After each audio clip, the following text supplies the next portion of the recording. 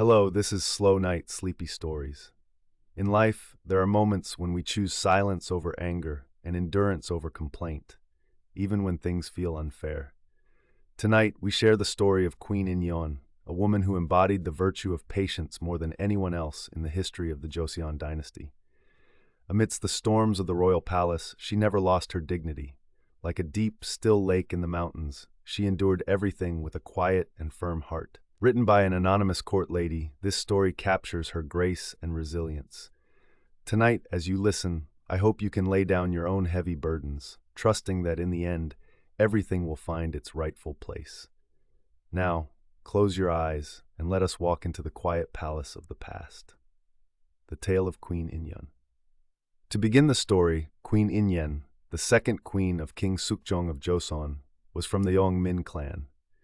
She was the daughter of Min Yu-jung, Lord Yeoyang, who served as the Minister of War, and the maternal granddaughter of the Prime Minister Song Jung-gil, Song Dong-chun. Her mother, Lady Song, had a mysterious dream and gave birth to her on April 23rd in the year of Jeongmi. At her birth, an auspicious aura rose above the house, and a fragrance filled the delivery room, lingering for a long time. Her parents found this strange and forbade the household from speaking of it outside. As she grew, her character was quiet and outstanding, her beauty shaming the flowers and the moon. Her face was so radiant that even the midday sun seemed to lose its brightness. She had no equal in the past or present.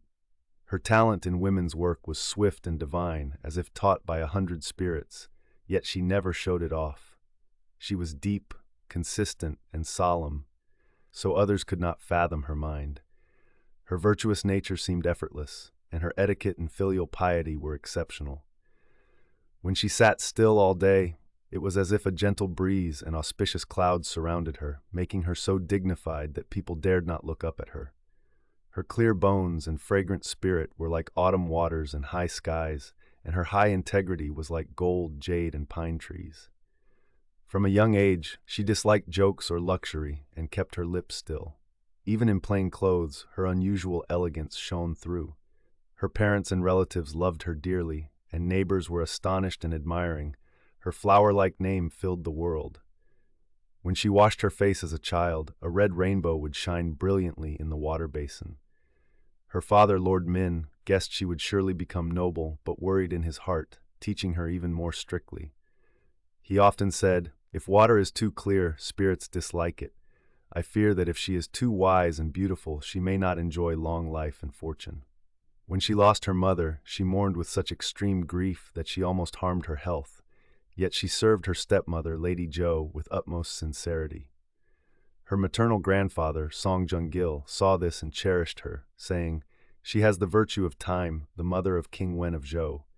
He taught her the classics and women's virtues, saying that a sage had been born in a renowned family. In the winter of the Gyeongsin year, Queen Inhyeon passed away. The Grand Queen Dowager, concerned that the queen's seat was empty, ordered a selection for a virtuous successor. Kim Sok-ju and Song Si-yeol recommended Min's daughter to the king, saying, "The mother of the nation is a blessing for all people. Min's daughter possesses perfect virtue, so please skip the selection process and decide on the marriage." The king and queen dowager were pleased, but her father, Lord Min, sent appeals 3 times to decline, fearing the honor. However, the king was firm and even reprimanded him. Having no other choice, the family accepted the royal command with tears of overwhelming gratitude. When court ladies came to escort her to the palace, they were astonished by her appearance, saying, "We have served 3 kings and lived over 80 years, but we have never seen such holy virtue and beauty. It is a glory for us to serve you." When the auspicious day arrived, Lord Min prepared the ceremony. King Seokjong was 21 years old. The procession to the palace in the golden phoenix palanquin was magnificent, far surpassing that of a crowned princess. Flags of dragons and phoenixes, golden axes, and civil and military officials lined the road for 10 rai. The majestic and splendid scene was beyond description. When she performed the wedding vows, her holy virtue appeared in her appearance, radiating a light that outshone the jewels of the palace. The Grand Queen Dowager and Queen Dowager were overjoyed and loved her incomparably. On the day she was invested as queen, the weather cleared, a gentle breeze blew, and auspicious clouds gathered, signaling the rise of a queen of a peaceful era. After ascending the throne, she served the elders with heavenly filial piety and assisted the king with virtue. She managed the concubines and court ladies with both grace and authority, treating everyone without discrimination. Her benevolent atmosphere was like a spring garden, yet her discipline was strict, making the palace solemn and respectful. Within a few months, her edification was great. The royal elders called her the fortune of the nation, and the king respected her deeply. In the winter of the Gyahai year, the king fell ill with smallpox. The queen worried deeply, never loosening her belt day or night. The queen dowager also prayed fervently, bathing in cold water. The queen, fearing for the dowager's health, begged to offer prayers herself, but the dowager persisted. Heaven was moved, and the king recovered, bringing great joy to the people. However, the queen dowager, Queen Myeong-sung, having overworked herself in the cold, fell ill and eventually passed away at the age of 42. After the 3-year mourning period, a court lady named Jang Hui-bin, became a concubine. She was cunning and quick-witted, ingratiating herself with the king, who loved her greatly. In the year of Mujin, the king, nearing 30, was worried about having no heir. The queen, deeply concerned, advised the king to select virtuous concubines to bear a son. Although the king initially refused, he eventually agreed due to her sincerity. Princess Yeongun tried to dissuade them, saying the queen was still young enough to bear a child, but the queen replied with a composed face, blaming her own lack of virtue and ill health.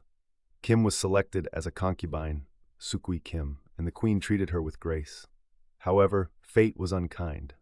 In October, Lady Jang gave birth to a prince. The king loved him excessively, and the queen was also delighted, treating the baby as her own.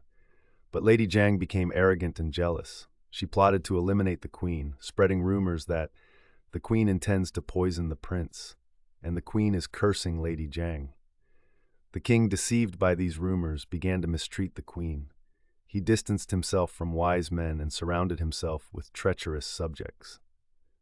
On April 23rd, the queen's birthday, the king rejected the birthday table prepared for her and ordered her deposition. The loyalty of Park Tae-bo. Loyal subjects like Park Tae-bo, Oh Do-in, and Yi Se-wa submitted joint appeals risking their lives, saying, "How can you abandon the mother of the nation who has observed the 3-year mourning with you? Please withdraw the command to depose the queen." The king was furious and personally interrogated them. "How dare you criticize the king?" Despite severe torture, Park Tae-bo did not yield. He said, "The king has lost his virtue by deposing an innocent queen. I am a subject who eats the king's food. How can I not speak the truth?" The king, enraged, ordered him to be Ned with hot irons, branding. Park Tae-bo's flesh burned and his bones were exposed, but he remained defiant, saying, "It is glorious to die as a loyal subject." Eventually, the king exiled him. Park Tae-bo died on his way to exile near Noryangjin, his body ravaged by the torture. All the people of the nation wept for his loyalty. Death and the king's grief. Years passed, and the queen, who had been reinstated though the text transitions directly to her death here, fell ill from extreme grief after her father's death. She passed away calmly, saying, "This is also heaven's fate. Do not resent anyone." The king visited her funeral and read a memorial address, wailing, "Is your passing real or a dream? My grief has no equal. You covered my faults with your virtue.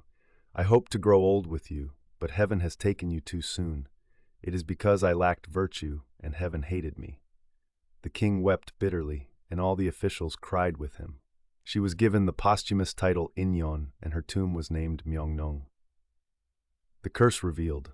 Meanwhile, Jang Hui-bin, who had not visited the queen when she was sick, rejoiced at her death. She had been maintaining a shamanistic shrine to curse the queen. Fearing that removing it suddenly might harm her own son, the crown prince, she left the shrine up, planning to perform a final gut exorcism on September 7th. On the night of September 7th, the king was sitting alone in sorrow, thinking of the late queen. He dozed off and saw a deceased eunuch in a dream who said, "Evil spirits fill the palace and the queen died a wrongful death. Please look into this."